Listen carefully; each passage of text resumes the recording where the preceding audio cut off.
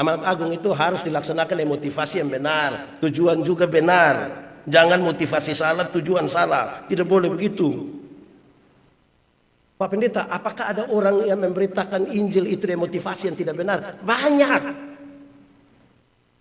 Ada yang dengan tujuan tidak benar? Banyak.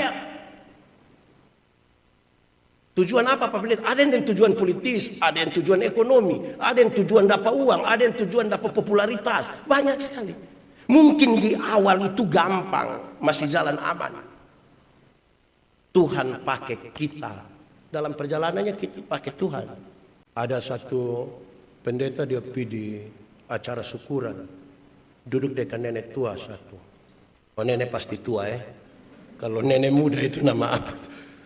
Terus ini nenek tua ini bilang, pendeta tanggal 14 bisa pimpin ibadah di rumah kok.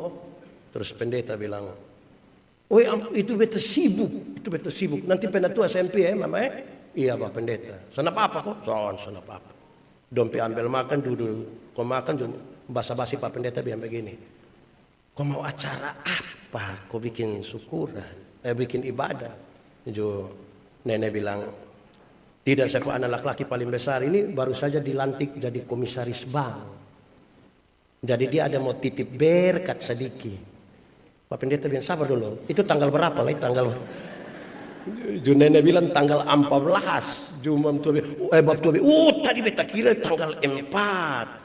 Kalau tanggal 4 beta sibuk tapi 14 bisa nenek bisa. Ini sukar mana ini?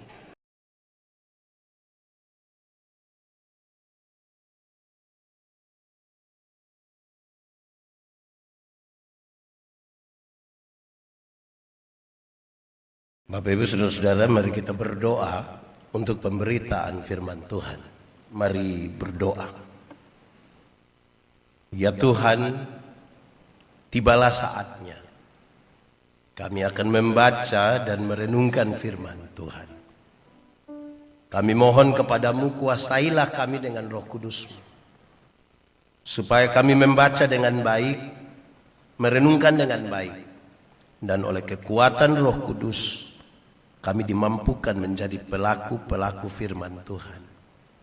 Seperti tanah, biarlah kami menjadi tanah yang subur, supaya benih firman-Mu bertumbuh dan berbuah dalam hidup kami. Berkati hamba-Mu yang akan menyampaikan firman hari ini, dan berkati semua orang yang memberi hidupnya untuk pemberitaan firman hari ini. Jauhkanlah semua penggoda pencobaan baik di dalam kami maupun di sekitar kami, supaya di dalam damai-Mu kami belajar firman Tuhan. Kami rindu pada firman-Mu. Berfirmanlah bagi kami Tuhan. Di dalam nama Yesus firman yang hidup itu kami berdoa. Amin. Bapak Ibu Saudara-saudara, tema kita hari ini adalah amanat agung. Pembacaannya terambil dari Injil Matius pasal 28 ayat 16 sampai ayat yang ke-20. Untuk itu sejemput jemaat Tuhan berdiri. Perintah untuk memberitakan Injil. Dan ke-11 murid itu berangkat ke Galilea, ke bukit yang telah ditunjukkan Yesus kepada mereka. Ketika melihat dia, mereka menyembahnya, tetapi beberapa orang ragu-ragu. Yesus mendekati mereka dan berkata, "Kepadaku telah diberikan segala kuasa di sorga dan di bumi. Karena itu, pergilah, jadikanlah semua bangsa muridku, dan baptislah mereka dalam nama Bapa dan Anak dan Roh Kudus, dan ajarlah mereka melakukan segala sesuatu yang telah kuperintahkan kepadamu, dan ketahuilah, aku menyertai kamu senantiasa sampai kepada akhir zaman." Demikian firman Tuhan. Berbahagia setiap orang yang mendengar firman, memelihara dan melakukan dalam hidup setiap hari. Haleluya. Haleluya, haleluya, haleluya. Mari silakan duduk semuanya. Bapak Ibu, saudara-saudara semua, shalom. Kuat sedikit, shalom. Amanat agung, perintah untuk memberitakan Injil. Ada orang yang memberitakan Injil dengan sungguh-sungguh. Tapi ada juga yang tidak peduli dengan amanat agung. Ada yang biasa-biasa saja. Ada yang mendukung, memberi dana. Ada yang cari dana. Ada yang asal-asalan saja memberitakan Injil. Ada yang sangat emosional memberitakan Injil. Ada yang marah-marah lagi baru memberitakan Injil. Jadi ada banyak hal di sekitar amanat agung yang kemudian dilaksanakan ataupun tidak dilaksanakan oleh orang-orang percaya. Saya ingat saudara-saudara, satu waktu saya mau terbang dari Banjarmasin ke Jakarta. Karena pesawat delay, saya ketemu satu orang. Beliau bilang, "Pak Pendeta, kita minum kopi sedikit." Boleh. Kami dua duduk minum kopi karena delay hampir 3 jam. Ini kopi ini hampir-hampir kami minum 2 tetes supaya agak lama. Kami bercerita dan dia cerita tentang pekabaran Injil. Saya rasain orang luar biasa. Dia punya pekerjaan sendiri. Dia bolak-balik Banjarmasin, Jakarta. Dan dia bilang dia belajar ini ketika istrinya mati. Dia tahu apa sih yang Tuhan tuntut. Dia mau ada jiwa, katanya begitu. Lantas Pak Pendeta, kurang lebih 1 tahun ini saya sudah menginjil dan orang terima Yesus kira-kira 330 berapa. Pokoknya 300-an. Saya bilang, itu memang luar biasa itu. Terus dia bilang, saya jalan kemana-mana itu, saya bawa memang buku pekabaran Injil. Ada di koper. Terus dia buka, dia ambil buku 2. Terus dia bilang, Pak Pendeta juga boleh baca. Dia sorong kasih saya. Saya terima, tapi yang menarik adalah pada waktu saya mau terima. Dia minta tolong ada ibu-ibu atau nona-nona lah. Pokoknya ada ibu atau nona lah di dekat kami. Ini ibu, tolong foto dulu. Saya kira mau foto yang foto biasa. Saya mau dari sapu gaya andalan itu. Saya bayangkan begitu. Ternyata bukan itu. Dia mau foto waktu serahkan buku. Saya bilang, tidak. Tunggu dulu. Kenapa? Jangan sampai nanti tagal kita 2 foto Bapak ada sorong kasih buku ini yang kemudian bikin laporan bahwa hari ini Bapak dapat 1 jiwa lagi.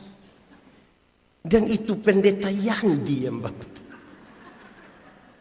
Ini kalau pekabaran Injil model begini, ini bukan pekabaran Injil. Dia jangan begitu, foto kita foto saja.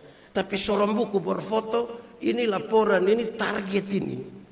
Ini kerja perusahaan ini. Jangan begitu, pekabaran Injil bukan begitu. Terus kami dua cerita dan saya harus menyampaikan beberapa hal untuk dia. Kira-kira pengantarnya begitu. Saudara-saudara, teks ini tentang amanat agung ini, tiap waktu kita dengar dan mungkin kita menghafal dengan baik teks ini. Kronologinya kira-kira begini, saudara-saudara, bahwa Yesus mendahului mereka ke Galilea. Itu diucapkan secara baik. Matius pasal 26 ayat 32. Nanti setelah kebangkitan dia akan mendahului ke Galilea. Dan dalam Matius 28 ayat 7, ketika kisah tentang kebangkitan itu, malaikat menyampaikan bahwa dia telah mendahului kamu ke Galilea. Di Galilea ada apa di sana? Kalau pembacaan tadi bilang ke bukit yang telah ditunjukkan, ini jawabannya. Bahwa sebelum matinya Yesus sudah kasih tahu dia mendahului ke Galilea. Bukit yang mana? Yesus sering ada di Galilea dan beberapa bukit biasa dipakai. Kalau kita ingat khotbah di bukit, itu ada di Galilea. Dan Yesus memberi makan 5.000 orang. Itu juga terjadi di Galilea. Pergilah ke situ. Kenapa ini saya duluan mengatakan ini? Karena 11 murid yang ke Galilea itu mereka melihat bersama-sama. Waktu melihat Yesus ada di situ, yang lain menyembah, tetapi beberapa di antaranya ragu-ragu. Ini kan ada berapa bukit, terus ada Yesus di situ. Yang lain langsung menyembah, tapi yang lain ragu-ragu. Pertanyaannya, kenapa mereka ragu-ragu? Mereka dapat kabar bahwa Yesus sudah bangkit. Itu berita betul. Tapi apakah orang yang di situ itu benar-benar Yesus? Ini yang membuat agak sedikit pecah kongsi, separuh menyembah, separuh sedikit ragu-ragu. Lalu menjawab keraguan itu sekaligus menegaskan sesuatu. Tuhan Yesus mendekati mereka menurut teks tadi. Tuhan datang, tahu ada orang menyembah, tahu ada yang ragu-ragu di situ. Tuhan Yesus datang mendekat kepada murid-muridnya. Kenapa Tuhan Yesus mendekat? Tuhan Yesus ingin meyakinkan mereka. Meyakinkan tentang apa? Paling tidak meyakinkan tentang siapa dirinya. Supaya mereka percaya bahwa itu benar-benar dia. Dan tidak boleh lagi ada keraguan di antara para murid. Bagi pekabar-pekabar Injil, mereka harus satu hati. Bahwa mereka berjumpa dengan Yesus. Mereka mesti sepakat. Tidak boleh ada yang kosong. Tidak boleh ada yang masih ragu-ragu dalam upaya pekabaran Injil itu. Tetapi sekaligus Yesus ingin meyakinkan mereka tentang kuasa di sorga dan di bumi. Bahwa pekabaran Injil itu, amanat agung itu mesti dilaksanakan dalam kuasa Tuhan. Tidak karena kemampuan, tidak karena kebiasaan, tidak karena kita punya tugas, tapi ini benar-benar karena kuasa. Orang kalau mengabarkan Injil tanpa kuasa Tuhan, susah. Tetapi sekaligus Yesus ingin menegaskan kepada mereka tentang penyertaan Tuhan yang sempurna atas mereka. Yesus mendekat untuk menegaskan dirinya, menyampaikan mereka tentang kuasa sekaligus penyertaan yang sempurna. Ketahuilah, aku menyertai kamu senantiasa sampai kepada akhir zaman.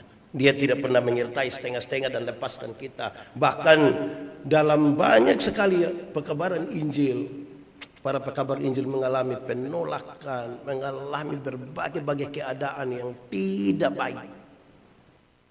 Tapi ketahuilah bahwa dia menyertai. Saya kira teman-teman semua yang melayani pasti bisa bercerita tantangan demi tantangan ketika kita berada dalam pelayanan itu. Setelah itu saudara-saudara, setelah meyakinkan mereka, Tuhan Yesus mendekat dan meyakinkan mereka, barulah Tuhan Yesus memberi perintah. Jadi orang yakin sesuatu tentang dia. Ini saya, Yesus, kuasa di surga dan di bumi, sekaligus penyertaan yang sempurna itu baru Tuhan Yesus memberi perintah. Kalau kita pilih dengan baik perintah itu, ayat 19 sampai ayat 20 perintahnya saya coba pilih dia dalam 4 bagian. Pertama, Yesus bilang, pergilah. Pergilah. Bangunlah. Berinisiatiflah. Jangan tidur. Jangan malas. Jangan menunggu. Tapi bangunlah sekarang. Pergilah sudah. Pekabaran Injil harus dilaksanakan dengan sikap proaktif. Dan itu Yesus bilang, pergilah. Kedua, jadikan semua bangsa murid. Jadikan semua bangsa murid. Bangsa manapun. Dan manusia seperti apapun. Tidak boleh pilih-pilih. Laki-laki, perempuan, anak-anak, orang dewasa, orang kaya, orang miskin. Siapapun, jadikanlah murid. Di dalam kosakata bahasa Indonesia ini kan ada murid dengan siswa. Belum lagi pelajar. Untung kau tidak tulis bilang, pergilah dan jadikanlah mereka siswa.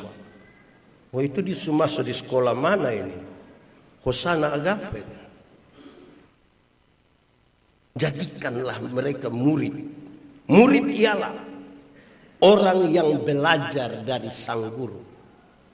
Yang akan meneruskan apa yang dikerjakan, apa yang diucapkan oleh guru. Dengan pertanggungjawaban moral dan sekaligus pertanggungjawaban iman. Jadikanlah semua orang melakukan apa yang Yesus katakan, apa yang Yesus lakukan, dengan pertanggungjawaban moral dan pertanggungjawaban iman. Semua orang. Ketiga, baptislah mereka. Baptis adalah sebuah akta, sebuah tanda lahiriah. Mereka yang mau itu, mereka yang mengabarkan Injil haruslah menjadi bagian sebagai persekutuan. Persekutuan keluarga Allah. Kenapa? Bekerja sendiri tidak bisa untuk pekabaran Injil. Kita butuh sebuah persekutuan bersama. Persekutuan yang percaya kepada Tuhan Yesus. Saudara, kepada Simon Petrus Yesus bilang begini, di atas batu karang ini kudirikan jemaatku, dengan maksud yang menarik sekali bahwa di atas pengakuan percaya ini jemaat Tuhan berdiri, dan mereka yang mengabarkan Injil harus menjadi bagian dari satu persekutuan sebagai keluarga Allah. Kenapa? Sekali lagi kita tidak bisa sendiri mengabarkan Injil. Kita tetap butuh orang lain. Kita butuh persekutuan. Kita butuh bersama-sama. Kenapa? Di bagian yang keempat, Yesus bilang, dan ajarkanlah. Ajarlah segala sesuatu yang telah kuperintahkan kepadamu. Segala sesuatu. Bayangkan satu orang mau kuasai segala sesuatu yang Yesus ajar. Butuh sebuah komunitas, sebuah persekutuan orang percaya. Sebuah kebersamaan sebagai orang-orang yang percaya pada Yesus itu untuk belajar segala sesuatu dan menyampaikan segala sesuatu. Ini perintah menarik ini, saudara. Ajarkanlah segala sesuatu yang telah kuperintahkan kepadamu. Kalau Tuhan Yesus bilang segala sesuatu, dia bicara tentang keseluruhan. Dalam bahasa gereja hari ini adalah Tuhan Yesus mau supaya orang memberitakan Injil secara holistik, menyeluruh. Menyeluruh. Semua, segala sesuatu. Ajaran Tuhan Yesus tidak sekedar berpusat pada percaya saja, tetapi tentang semua hal sebagai orang percaya, menyeluruh. Yang menyeluruh itu terbagi dalam dua bagian, yang rohani dan yang jasmani. Saya suka bilang di mana-mana kesuksesan itu dua. Satu kesuksesan jasmani. Yang kedua kesuksesan batinia, kesuksesan rohani. Banyak orang bisa sukses secara jasmani tapi belum tentu sukses rohani. Sukses jasmani itu seperti apa Pak Pendeta? Sukses jasmani itu hari miskin sekarang kaya, itu hari tidak ada rumah sekarang rumah besar, itu hari tidak ada pengikut sekarang pengikut banyak, itu hari jalan kaki sekarang naik oto, Grab, dan dianggap sukses. Tapi sukses yang kelihatan itu bisa direkayasa. Kesuksesan yang kedua adalah kesuksesan batinia, spiritual, rohani. Kenapa itu dibutuhkan? Kesuksesan batinia itu ada kejujuran. Semua orang bisa tipu, kita tipu dia, tapi kita tidak bisa tipu diri sendiri. Kesuksesan batinia dibutuhkan untuk apa? Di sini ada pengakuan dosa. Di sini ada pengakuan dosa. Ketika orang lain tidak melihat kita sekalipun. Dan di sini adalah benteng paling terakhir ketika kita berhadapan dengan godaan demi godaan. Ini penting di sini. Baik, kira-kira itu dia punya kronologinya begitu dari pembacaan ayat 16 sampai 20. Lalu pesan apa yang kita mau belajar sekarang tentang amanat agung? Kita bawa ini sebagai bagian yang penting dalam hidup kita dan kita pakai dalam hidup. Pertama, melaksanakan amanat agung harus dengan kasih yang besar dan bukan dengan kebencian. Amanat agung itu harus dilaksanakan, dijalankan dengan kasih yang besar. Itu ajaran Yesus. Tidak boleh dengan kebencian, tidak boleh dengan marah, tidak boleh dengan hati yang meluap-luap dengan emosi. Tidak bisa. Saudara, coba saudara bayangkan kita pun hidup ini. Jangan sampai kita giat melayani, tapi kita emosi. Kita marah, bahkan kepada orang yang kita layani. Coba kita pikirkan dalam hati kita baik-baik.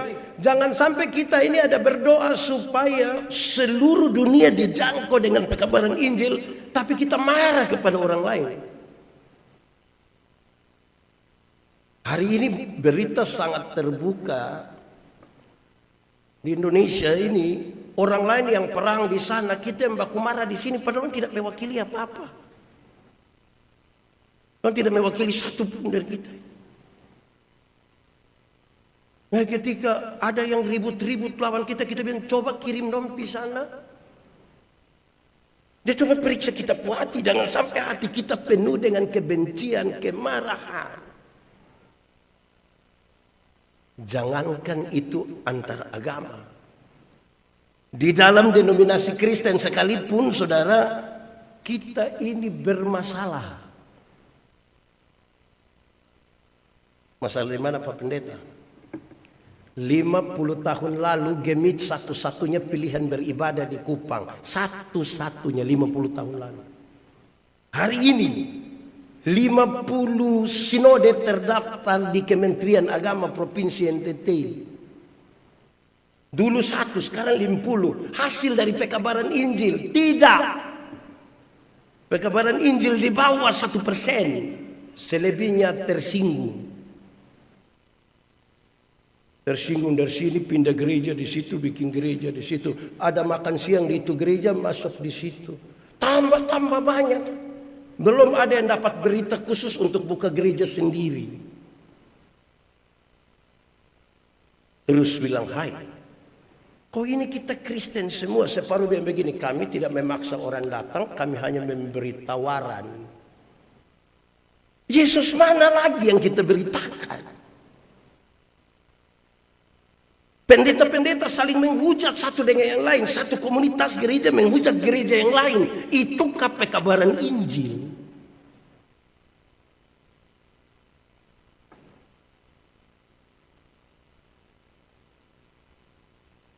Saudara-saudara, kenapa? Kenapa para pendeta saling menghujat? Kenapa komunitas satu gereja menghujat komunitas gereja yang lain? Karena yang kita perdebatkan semua itu di luar daripada salib Kristus. Menghadap pada salib Kristus kita bisa apa? Menghadap pada salib Kristus itu, kalau berani angkat muka, kau lihat salib, pasti menyanyi lagu pengakuan dosa. Aku berserah. Tapi kalau dia tidak sanggup angkat muka, pasti dia hanya menunduk dan mengaku dosa di hadapan Tuhan. Saudara bayangkan kalau kekristenan datang dalam komunitas persekutuan itu dengan pengakuan dosa sekaligus berserah kepada Tuhan. Mungkinkah terjadi pertengkaran?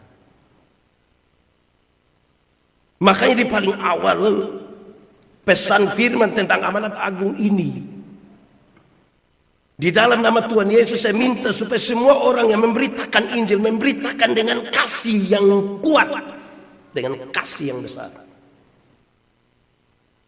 Bahkan kepada orang-orang yang menjengkelkan sekalipun. Harus dengan kasih. Tidak usah bangun satu kelompok tertentu yang membenci orang lain. Tidak usah. Tidak usah dengan kelompok yang membenci siapapun. Tidak usah. Tuhan Yesus tidak pernah ajar kita begitu. Tapi dengan kasih. Amin kok. Kedua, Melaksanakan amanat agung itu mesti dengan motivasi yang benar dan tujuan yang benar. Amanat agung itu harus dilaksanakan dengan motivasi yang benar, tujuan juga benar. Jangan motivasi salah, tujuan salah. Tidak boleh begitu. Pak Pendeta, apakah ada orang yang memberitakan Injil itu dengan motivasi yang tidak benar? Banyak. Ada yang dengan tujuan tidak benar? Banyak. Tujuan apa Pak Pendeta? Ada yang dengan tujuan politis, ada yang tujuan ekonomi, ada yang tujuan dapat uang, ada yang tujuan dapat popularitas. Banyak sekali. Mungkin di awal itu gampang, masih jalan aman. Tuhan pakai kita. Dalam perjalanannya kita pakai Tuhan. Bisa juga. Saya pun contoh satu itu yang ada orang tidak suka. Tapi namanya saya pun contoh. Toh. Kalau dia tidak suka ya dia cari contoh lain. Ini ada satu pendeta dia pergi di acara syukuran. Duduk dekat nenek tua satu. Oh nenek pasti tua Kalau nenek muda itu nama apa? Terus ini nenek tua ini bilang, pendeta, tanggal 14 bisa pimpin ibadah di rumah kok. Terus pendeta bilang, oh itu beta sibuk, Nanti penatua SMP mama Iya Pak Pendeta. Sana apa kok? Sana apa? Dompe ambil makan duduk. Kau makan cuma basa-basi Pak Pendeta bilang begini. Kau mau acara apa? Kau bikin syukuran, bikin ibadah. Jo nenek bilang, tidak, saya anak laki-laki paling besar ini baru saja dilantik jadi komisaris bank. Jadi dia ada mau titip berkat sedikit. Pak Pendeta bilang sabar dulu. Itu tanggal berapa lah? Tanggal. Jo nenek bilang tanggal 14. Jumam tua bab tua. Tadi beta kira tanggal 4. Kalau tanggal 4 beta sibuk tapi 14 bisa nenek bisa. Ini sukar mana ini? Ini sukar mana? Tuhan pakai kita itu beda dengan kita pakai Tuhan. Pergeseran itu bisa terjadi, kepentingan Tuhan bergeser menjadi kepentingan kita. Sebagai pendeta Gemit ini kan baru ditempatkan pertama itu kan kita tanda tangan satu surat bersedia ditempatkan di mana saja di seluruh wilayah pelayanan Gemit. Beta ditabiskan langsung ditempatkan di Sabu 2004 sampai 2009 pergi melayani di Sabu ini. Beta punya pelayanan itu luar biasa. Ada satu hari pas ada orang sidi itu ibadah syukur sidi itu 18 kali beta pimpin semua. Itu sudah lalu itu tambah makam puji mungkin. Orang-orang yang dengar dan lihat tuh pendeta model begini cocok di Seba. Mus pindah sudah Mesara ke Seba, pusat klasis. 2009 beta dipindahkan di pedalaman timur. Lebih parah lagi dari yang di sana. Beta pikir begini, masa kok pendeta yang orang akui ini tempatkan di sana? Baru beta mengerti, ternyata tujuan Tuhan bergeser menjadi tujuan kita ketika kita mulai merasa diri pantas. Waktu kita mulai rasa diri pantas, itu bukan Tuhan pakai kita, itu kita pakai Tuhan. Kita butuh pengakuan lebih. Karena itu murnikan dulu motivasi. Motivasi itu pemicu, hal yang menggerakkan kita untuk tujuan yang akan kita ambil. Motivasi dan tujuan itu jelas. Banyak orang melayani kiri kanan, betul. Bawa mie 2 dos, foto, kasih naik, baru bilang indahnya berbagi di dalam Tuhan. Di dalam Tuhan bagi mie. Baik juga, saya tidak bilang meremehkan pemberian mie, tidak. Tapi jangan sampai motivasi kita tidak benar. Itu hal penting, saudara-saudara.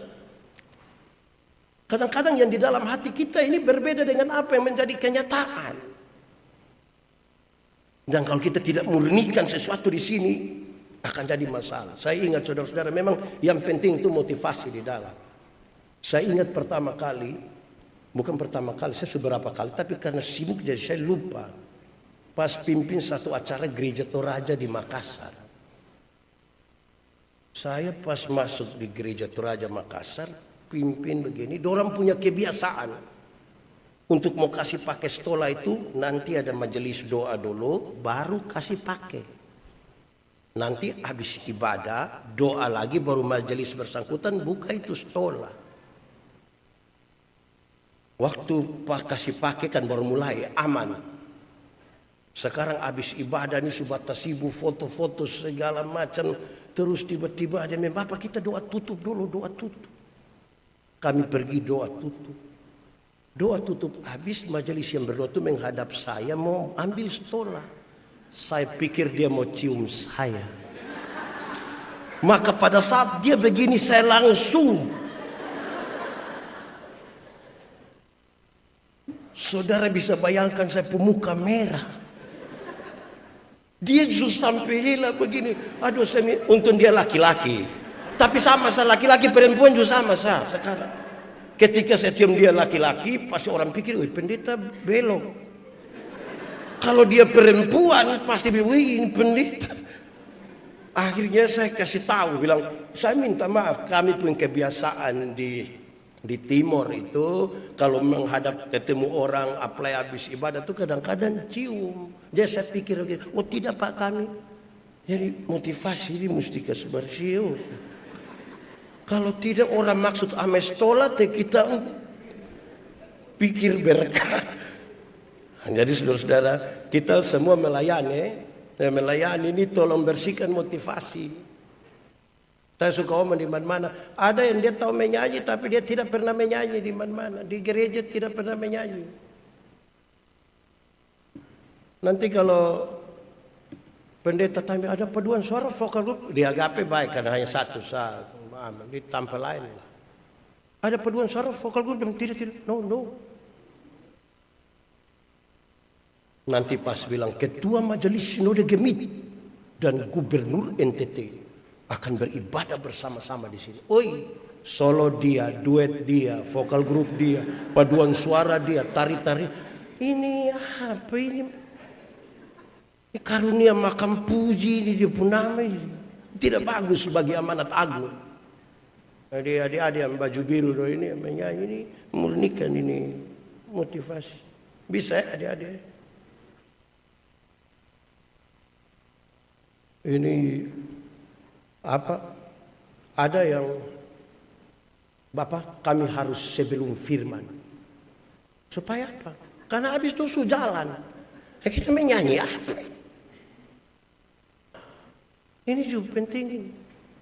Kalau ada vokal grup kaum Bapak di banyak-banyak tempat tuh mantap. Semula ada, bagus. Tapi ini ada dua. Di gereja-gereja lain. Kalau kaum Bapak ini biasa, kalau yang di agape datang latihan di sini selesai. Di banyak gereja lain itu kaum Bapak latihan di Putapi ini ada dua. Satu, tapi pertama adalah dong latihan sampai jam 3 pagi. Sampai istri telepon kok itu HP mau meledak ini baru datang. Tapi kedua, pas mau ibadah itu yang datang titip pesan di majelis anak atau istri. Tolong kasih tahu pendeta, kaum Bapak setelah firman. Kenapa setelah firman? Belum lengkap. Karena mana mau lengkap? Dak pulang jam 2:30. Yang menarik habis menyanyi itu dong langsung keluar. Di luar. Pohon-pohon kaum Bapak. Santai sekali di luar sambil merokok dan bicara dengan situasi politik terkini di Indonesia. Demo dan lain-lain. Itu omong semua. Sampai pada waktu pendeta bilang pulanglah sekarang. Arahkanlah hatimu pada Tuhan dan terimalah berkatnya. Dari pohon kaum Bapak. Dorang langsung lari datang semua. Langsung terima berkat. Murnikan dulu kita punya. Kaum ibu juga sama, kaum ibu juga sama. Dalam rangka ulang tahun Gemit Agape Kupang ke-57, paduan suara perempuan akan menyanyi. Woi, dong bertengkar. Seragam atau yang penting rapi. Bertengkar, sepakat seragam. Setelah sepakat seragam, bertengkar lagi. Polos atau pakai motif. Maka supaya gabung dua-dua polos dan motif. Bertengkar lagi. Motifnya melintang begini atau begini. Tagal itu pertengkaran baju itu yang membuat separuh sudah kamu menyanyi sendiri. Beta terus menyanyi, beta keluar. Pekabaran Injil. Ini belum yang di kampung. Yang pada hari pasar. Kan pasar Batu Putih itu hari Senin, pasar Uil Nasi hari Selasa, pasar hari Rabu itu pasar Nikniki, Kamis pasar Kapan. Kesempatan dong beli baju merah, rok hijau, sendal kuning. Mau pakai di mana? Tempat pakai kan hanya supaya orang banyak lihat itu kan di gereja. Woi. Pada waktu semua sudut bolo dia datang bawa baju merah, rok hijau, sendal. Kadang-kadang saya tanya kenapa sampai dia warna menyolok begini. Dia kasih tahu tuh, saya pikir supaya kalau hilang tim SAR gampang dah. Nah, dimurnikan kita pun motivasi semua. Motivasi ini kasih bersih. Karena kita pun butuh kuat. Dan itu saudara tadi. Menyeluruh tadi, sukses jasmani, rohani mesti dua-dua karena godaan di dalam ini besar. Tujuan kita bisa menjadi berubah, murnikan itu tujuan. Apalagi dalam pengelolaan sebuah kerjasama untuk pekabaran Injil, tidak semuanya seperti apa yang kita pikirkan. Murnikan dulu kita punya hati. Ketiga,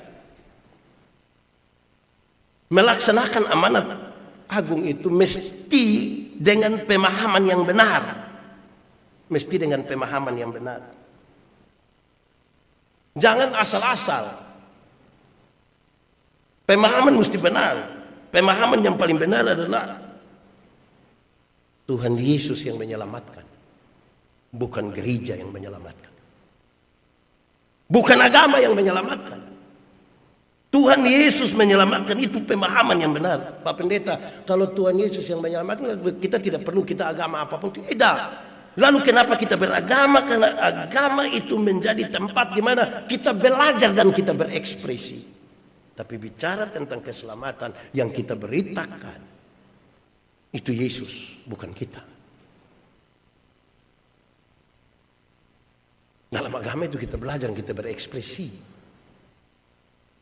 Pemahaman itu mesti benar. Supaya menyampaikan dengan benar. Saudara bayangkan kalau beda pemahaman itu. Satu hari saya ada di Tentena. Ada orang satu dia mau menyanyi. Tapi dia tidak persiapan. Kan sudah ada orang mau menyanyi. Dia juga datang menyanyi.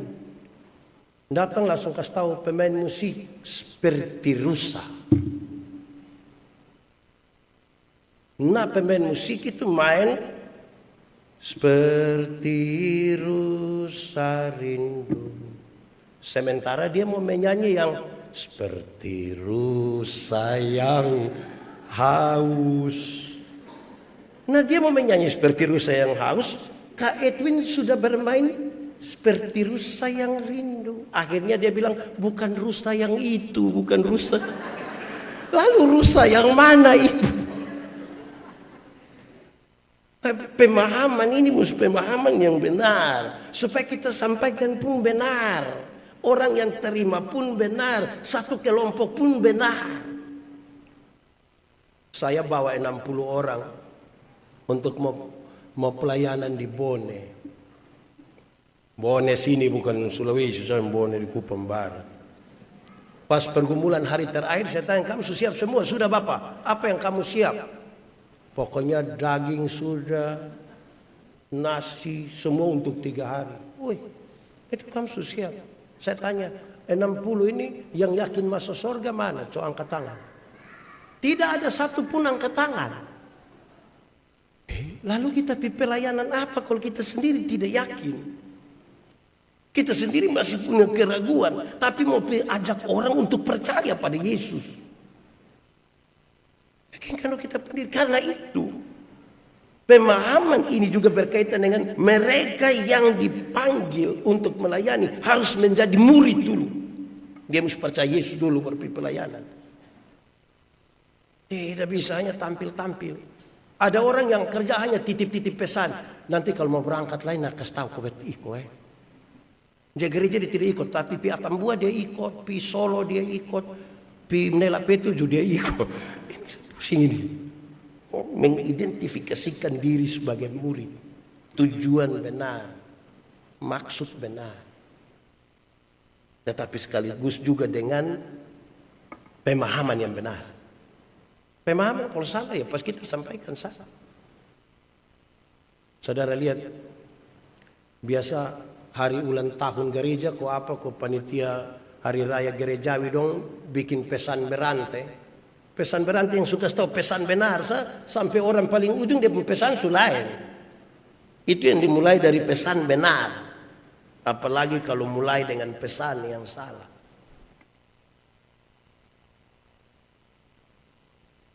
Pasti pesan untuk anak-anak beda dong dengan pesan untuk orang tua.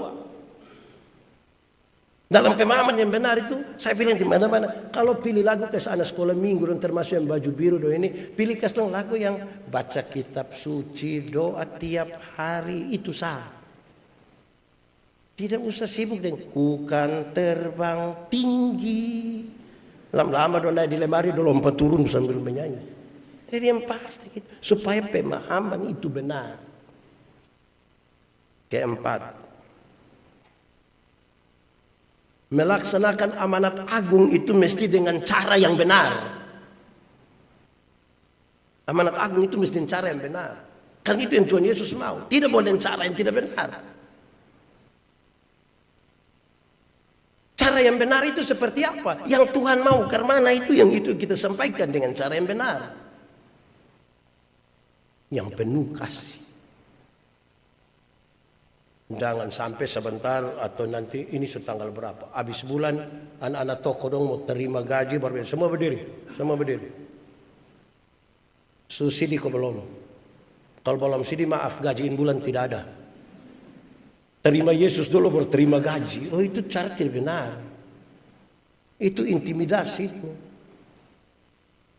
Cara yang benar itu yang Tuhan Yesus mau. Kita berdoa, kita membangun relasi, kita menyampaikan seperti apa yang benar, baru Tuhan bekerja untuk menyampaikan atau Tuhan bawa orang. Kenapa hal-hal itu penting? Ada satu anak muda, ada nona muda satu yang saya bilang Pak Pendeta. Saya terlalu yakin saya ini akan dapat jodoh yang baik. Saya bilang kenapa nona terlalu yakin? Karena saya tiap hari berdoa dan saya ini pasti orang baik. Tuhan akan kirim orang baik. Saya bilang bisa begitu juga, tapi belum tentu begitu juga. Kenapa pendeta bilang belum tentu begitu? Iya, karena kadang-kadang untuk orang baik begini ini Tuhan kirim orang gila satu. Untuk ibu mulai sibuk karena dia yang gila itu bisa lurus kembali. Belum tentu baik juga. Sehingga hal-hal itu tuh mesti dengan cara yang benar. Bayangkan kalau kita dampingi satu orang gila, baru dia gila, baru kita bilang, lu kira lu sendiri bisa gila? Tidak pas lagi tuh. Jadi hal itu menjadi penting. 4 hal sekarang secara umum sekarang kita lihat. Kasih yang besar, tujuan dan motivasi yang benar, pemahaman yang benar, dan dengan cara yang benar. Itu berupa amanat agung. Tetapi yang holistik, yang seluruhnya. Sekarang, orang sudah terima Yesus ini. Lalu, pertanyaan terakhir. Sudah terima Yesus. Lalu, Lalu kan tidak selesai diterima Yesus. Lalu apa selanjutnya? Jangan kasih tinggal. Dia ada hidup di dunia. Dia punya masalah. Di rumah punya masalah. Anak-anak punya masalah. Di pekerjaan punya masalah. Dalam hidupnya ada masalah. Semua hal dia harus gumuli. Jadi terima Yesus. Lalu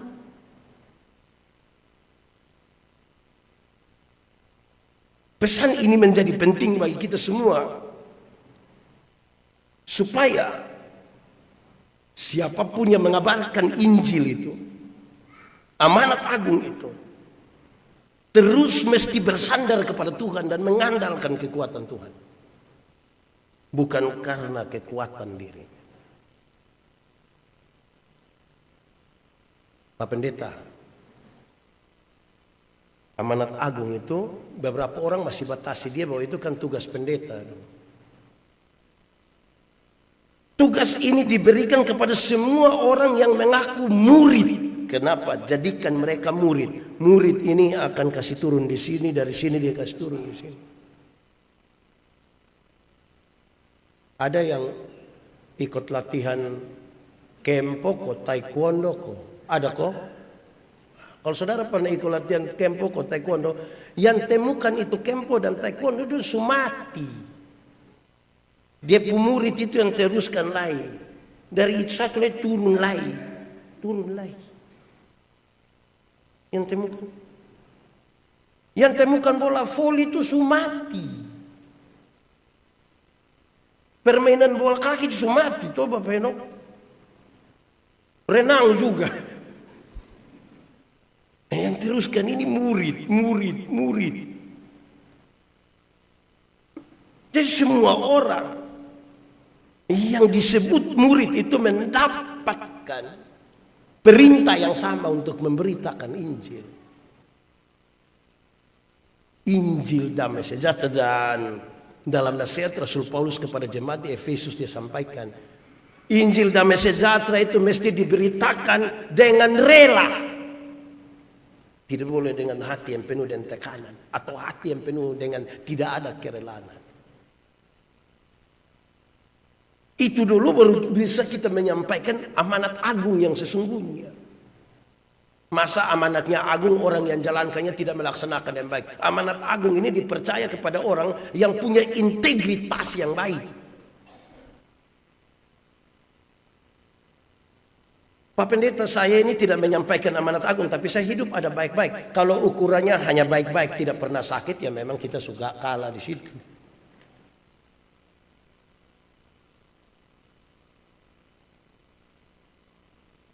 Saya tidak pernah menyampaikan amanat agung, Pak Pendeta. Saya pun hidup ini tidak pernah bertengkar dengan siapapun. Saudara, saya kira ini panggilan yang serius bagi semua yang menyebutkan dirinya murid. Supaya tidak berhenti untuk melakukan ini. Ada satu lagu Persekutuan Doa ada yang menyanyi, tidak pernah henti, itu dong sebut satu kata tapi bisa ulang sampai berapa banyak kali. Bersaksi terus sampai Tuhan datang. Terus pindah lagi menyanyi terus sampai Tuhan datang. Pokoknya mengajar terus sampai Tuhan datang. Berkhotbah terus sampai Tuhan datang. Tapi tidak ada dong isi bilang duduk terus sampai Tuhan datang. Tidur terus sampai Tuhan datang. Tidak. Bangun kopi pelayan. Dengan motivasi yang benar, dengan tujuan yang benar.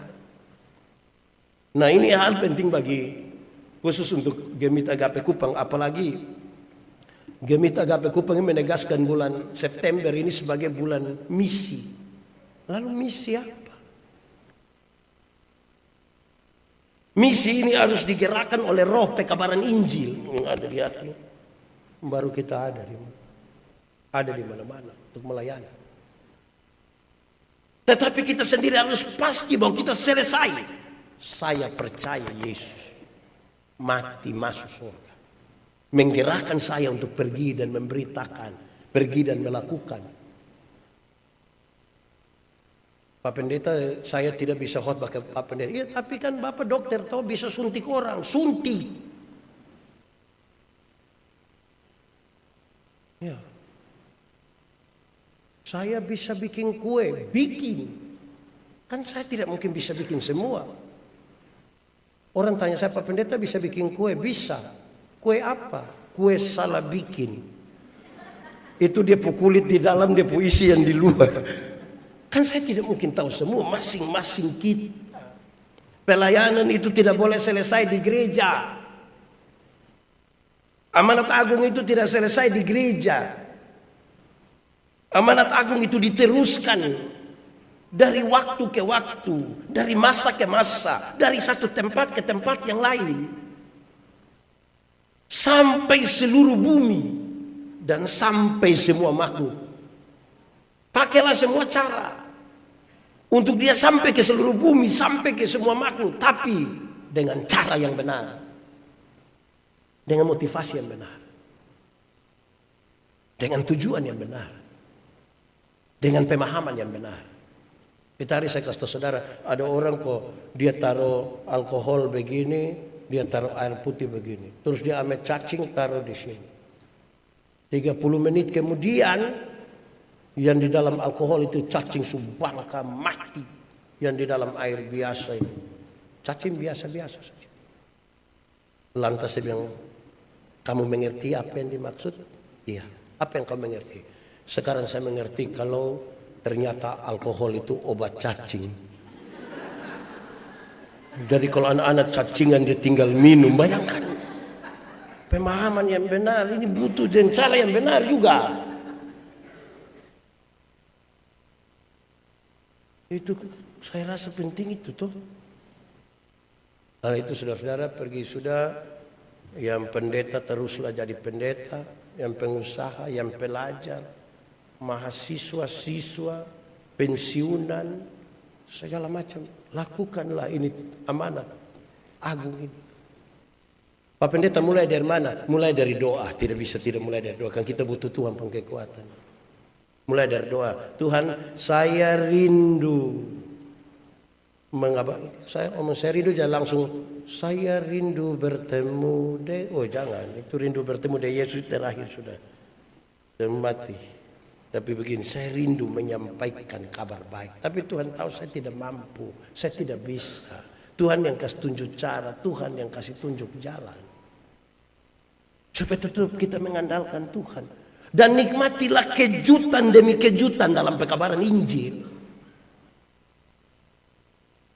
Karena pada satu kesempatan, pada satu orang, pada satu kelompok itu beda-beda semua. Dan nikmatilah, Tuhan izinkan kita nikmati kejutan-kejutan itu. Terus sampai nama Tuhan dipermuliakan. Teruslah beritakan itu. Waktunya masih ada. Jangan selesai sini. Ada orang yang hanya mau ikut gereja saja. Dia tidak mau, pokoknya dia yang penting datang gereja saja. Jangan suruh dia untuk lain-lain. Dia sudah, yang penting pergi gereja saja. Yang begitu juga. Karena ada waktu kita tidak gereja lagi. Datanglah gereja, tapi tetap siap hati kita untuk pekabaran Injil. Tuhan memberkati kita. Mari kita tunduk kepala. Kita berdoa. Ya Tuhan Allah, terima kasih banyak. Kami belajar sesuatu hari ini tentang amanat agung. Yang kami sadar bahwa Tuhan mempercayakan itu pun kepada kami yang mengaku sebagai murid. Tolonglah kami supaya kami menyampaikan dengan pemahaman yang benar, tujuan dan motivasi yang benar. Sekaligus juga dengan cara yang benar. Kalau selama ini kami malas-malas dan kami acuh tak acuh terhadap amanat agung ini, Tuhan tolong kami supaya kami memberi hidup dan diri kami. Hanya Tuhan yang mampu menggerakkan itu di dalam kami. Terima kasih banyak ya Bapa. Biarlah firman menjadi pelita bagi kaki kami. Sekaligus terang bagi jalan kami. Terima kasih banyak. Di dalam nama Yesus kami berdoa. Amin.